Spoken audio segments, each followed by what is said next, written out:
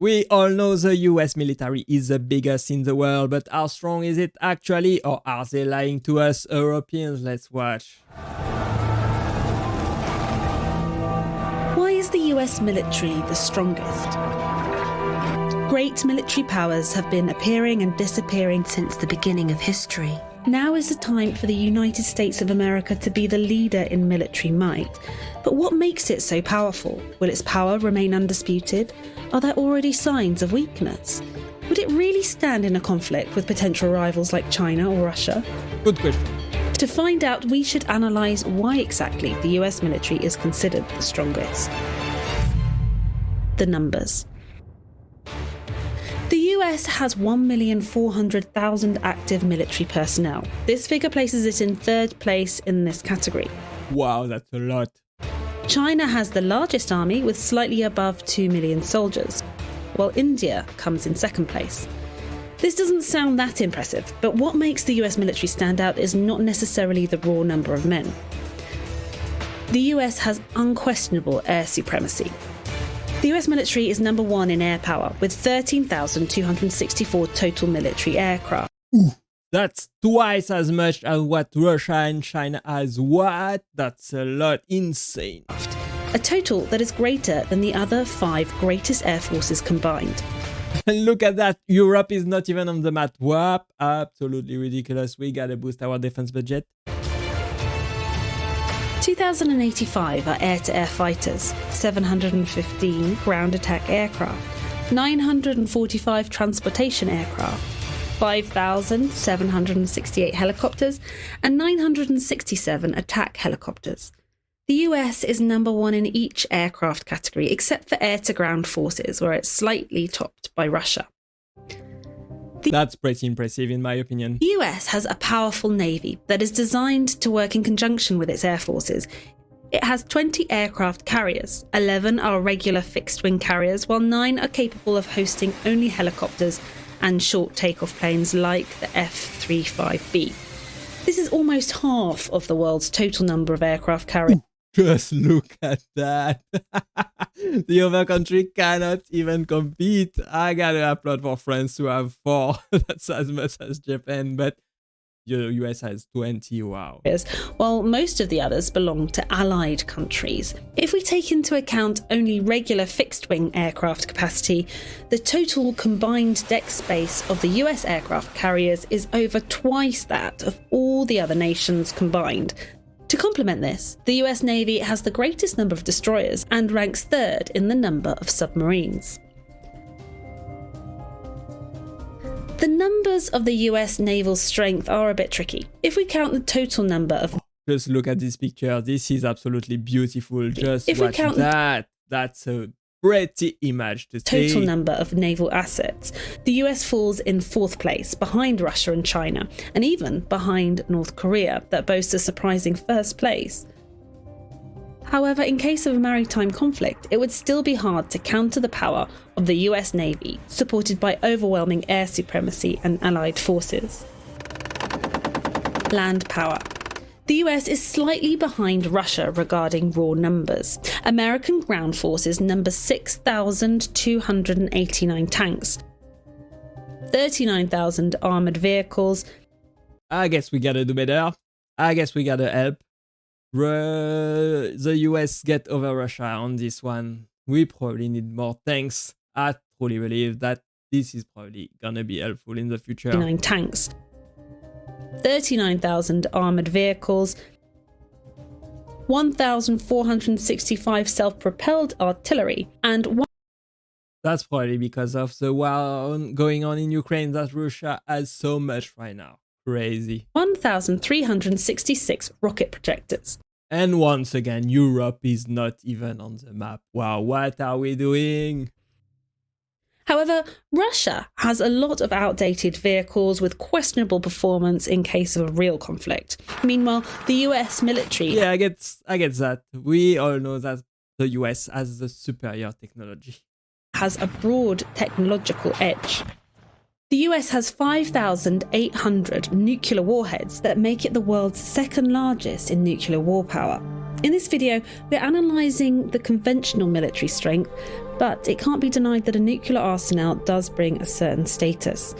Even if things don't escalate to a full-blown nuclear war, it's intimidating to any country to be armoured with such nuclear power.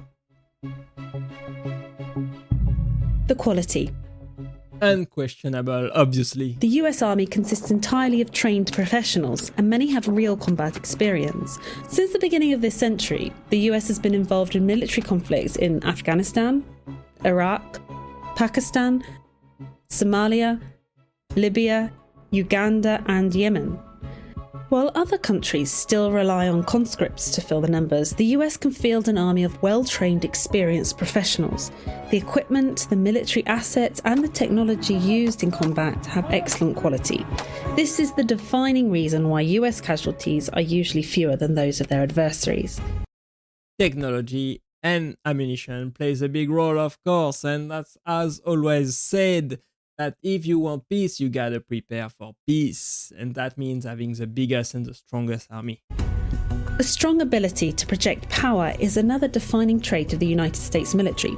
Size, technology, and experience are nothing if you can't reach the enemy. Exactly. Power projection is the ability of a state to deploy and sustain forces outside its territory. Only a few states are capable to overcome the difficulties that involve power projection, and the US excels at it. This is made possible by several factors. The home base of the US is safe. The neighbouring countries are friendly. Potential enemies are far away. The large landmass makes it a country that is hard to invade. It also has coastlines along 2 oceans and strategic islands that hold military bases. The US forces can reach far, fast, and deploy great numbers of forces supported by the enforcement of air and sea superiority. That totally makes sense to me. You gotta invest in air and naval superiority because basically the enemies are far away and have to be reached very fast. Combined with excellent transportation capabilities. Even if it doesn't engage in combat, the US can enforce naval and air blockades that can severely cripple an enemy's economy. The US has by far the largest network of military bases operating outside of its territory. Information regarding the exact number and location of such bases involves classified information, so we can only estimate the total extent. If you are deployed overseas, you gotta be protected at all costs. You are a very important asset, and we gotta respect and honor all of the veterans that are serving the country. Of the overseas military presence. Back in 2013, the Pentagon stated that there were around 600 military bases overseas. A rough estimate would be around 1,000 overseas US military compounds. Approximately 165,000 military personnel is stationed outside the United States. This doesn't include areas of conflict such as Syria, Iraq, and Afghanistan. The US has significant forces deployed in around 55 countries and autonomous territories. It is also estimated that more than 150 countries have a certain degree of US military presence. Alliances. This is crazy. Just look at this map. Absolutely insane. Wow. Everything is painted except right there. It's crazy. Russia and China, the biggest enemies of the US right now. Certain degree of US military presence. Alliances. The United States can rely on a vast network of alliances. It is the de facto leader of NATO, the world's strongest military alliance. 18 other countries are designated as major non-NATO allies. This list includes countries like Australia, New Zealand, Japan, South Korea, Philippines, Thailand, Pakistan, Afghanistan, Egypt, Israel, Argentina, and Brazil. Wow, that's a lot. That's a huge military alliance. No wonder nobody want to mess with NATO. Taiwan's status is a bit more complicated and it can be considered a de facto ally. Some countries are not formal allies but have a strong strategic partnership with the US. One notable example is India, that participates in regular military drills together with US forces and some of its allies. Economy. Modern warfare is sustained in the long term by 2 main factors: the capacity to produce military equipment and the capacity to spend money on defence. American defence companies are the indisputable top producers of weaponry. Among the world's top 10 defence suppliers, 5 of them are American companies. Lockheed Martin is the biggest. It reported a revenue of almost $60 billion in 2019. That's a lot of money. No wonder why people want war so much, because they make a lot of money with it. Wow. That's close Crazy. to Russia's entire annual military spending. The strength of the US military is also due to its huge military budget. In 2019, spending on the US military was a whopping $732 billion. That's a lot of money compared to others. China is not that far behind. He's probably going to catch up very soon if we don't do something about it. US dollars. That's almost 3 times. And as always, where is Europe? We have France right there, Germany, UK, they are pretty far behind. India, Russia, China, Saudi Arabia. We gotta do better, honestly. More than China, the world's second largest military spender, and is roughly 1/3 of the entire world's defence budget. While Russia is commonly regarded as the second most powerful army in the world, its budget consists of only $65 billion. Arguably, there is an aspect of purchasing power. For example, it's cheaper to pay a Russian or Chinese soldier, but the cost of high-quality military equipment is still the same around the world. The reason that the US can afford such an enormous military budget is that it's supported by a strong economy. America has been the world's largest economy since 1871. Its nominal GDP is currently $21.44 trillion US dollars.